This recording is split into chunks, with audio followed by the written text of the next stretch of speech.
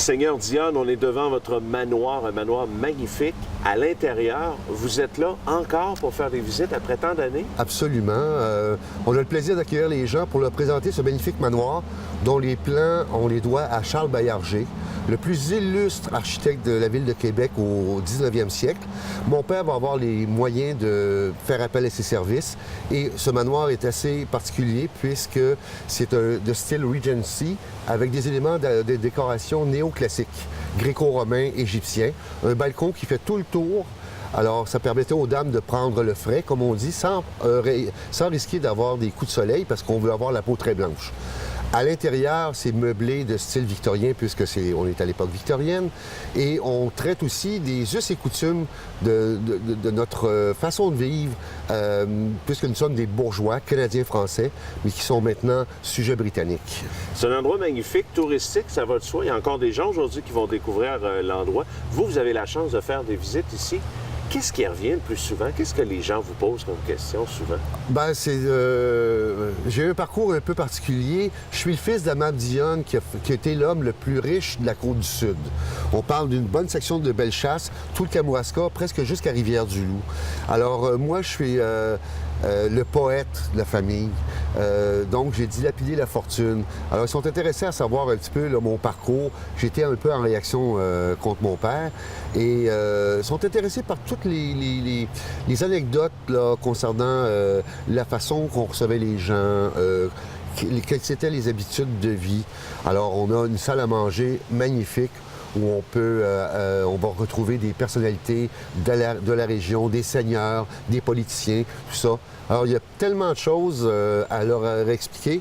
Souvent, les gens, après la visite, là, on continue à discuter là, parce qu'ils ont beaucoup de questions, ça soulève beaucoup de curiosité. Parce que c'est une époque qui n'est pas si loin, mais qui révolue et qui a tranché vraiment avec notre époque contemporaine aujourd'hui. Et ce qui est super intéressant pour les gens qui nous regardent, c'est qu'on peut faire des réceptions ici à l'intérieur. Donc, oui, les gens peuvent vivre toute l'ambiance, toute l'histoire. Absolument. C'est-à-dire qu'on a la fondation du manoir, qui était à l'origine le caveau à légumes et à charbon. Cette cave-là, ce caveau-là a été creusé d'environ 1 mètre, donc 3 pieds, pour en faire une salle de réception. Alors, on a des gens qui veulent se marier ici. Ils ont un repas servi là.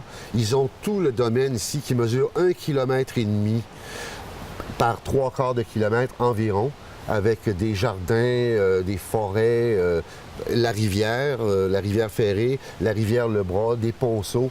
En tout cas, c'est un cadre enchanteur, là. Il n'y en a pas beaucoup, je crois, comme ça au Québec. Et vous faites plusieurs visites à tous les jours, en fait, durant la période estivale. Comment ça se passe? Alors, on est ouvert vers le début juin. On est ouvert 7 jours semaine. Alors, on commence les visites très tôt, assez tôt le matin, à 10 heures. La première visite commence au moulin et on alterne aux heures. Les heures paires sont au moulin, les heures impaires sont au manoir. Donc, on peut toujours arriver à n'importe quelle heure, puis embarquer dans une visite, puis commencer soit par le moulin ou le manoir, dépendamment de l'heure à laquelle on arrive. Il faut dire qu'on est à la Seigneurie des Aunais. Et là, maintenant, on va aller vivre le moulin. Qu'est-ce qu'on va voir, entre autres, mais surtout la personne qui va nous en parler? Alors, vous allez rencontrer Régent le meunier, qui opère le moulin depuis de nombreuses années. On a la plus grosse roue à godet en fonction au Québec. Alors, un chef-d'œuvre d'ingénierie qui va vous éblouir parce que c'est assez phénoménal comme système pour faire fonctionner ce moulin-là. Et Régent, c'est l'homme tout désigné pour le faire. C'est mon meunier, puis j'en suis très fier. On va aller le rejoindre. Merci beaucoup, Seigneur Dionne. Merci à vous.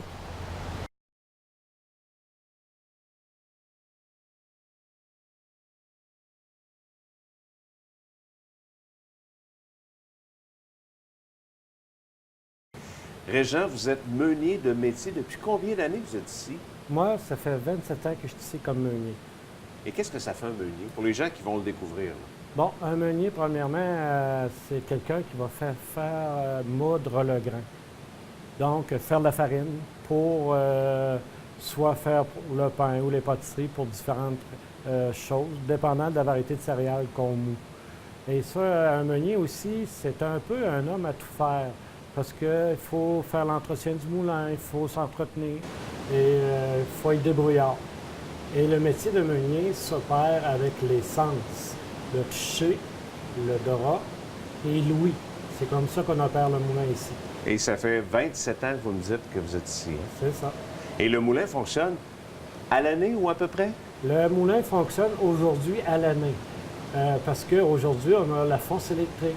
Mais à l'époque, il arrêtait durant la période d'hiver. Généralement, il se rendait au mois de décembre et il recommençait au mois d'avril. Donc, la période que le moulin ne fonctionnait pas à l'époque n'était pas très longue non plus. Et maintenant, avec l'électricité, on a un moteur électrique pour la période d'hiver parce qu'on produit de la farine ici à l'année pour fournir des épiceries. On a des points de vente à différents endroits dans le Québec et des petites boulangeries de façon artisanale. Et les gens qui viennent ici ont la chance de vous avoir comme guide en même temps. Hein?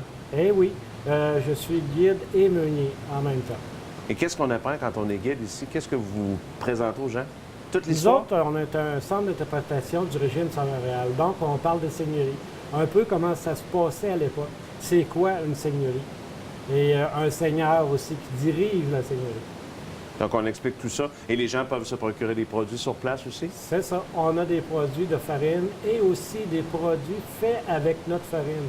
Parce qu'on a une petite boulangerie aussi qui font les galettes, les pains et tout ça. Les gens, donc, peuvent acheter ça sur place. Merci beaucoup, Régent. Ça m'a fait plaisir.